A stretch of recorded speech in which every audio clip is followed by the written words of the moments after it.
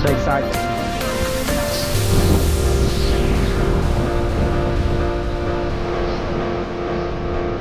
Ngày nay ca set đi lỗ đó một này ô chụp tiêu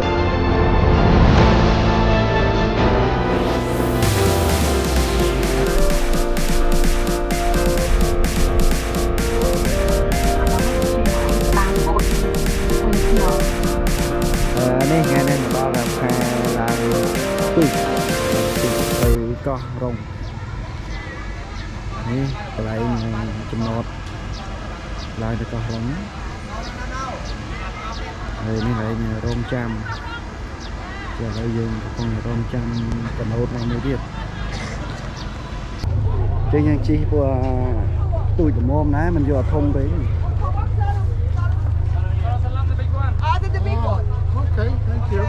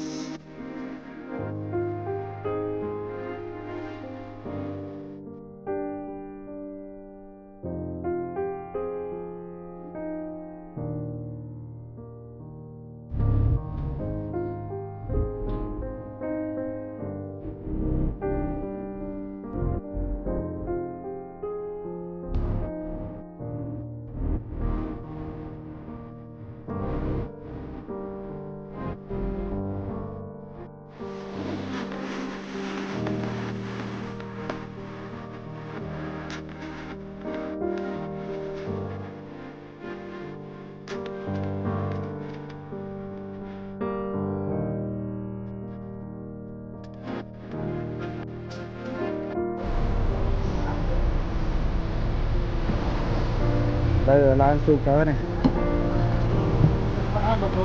Nó phải tí là nơi một kia mà đấy.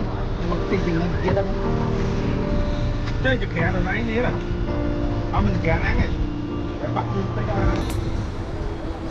Năm nay ô, kẻ tao tao bò tên thì ớt bên lại rồi nè. Ở đâu lôi khổ bên nó kẻ quất cho nè.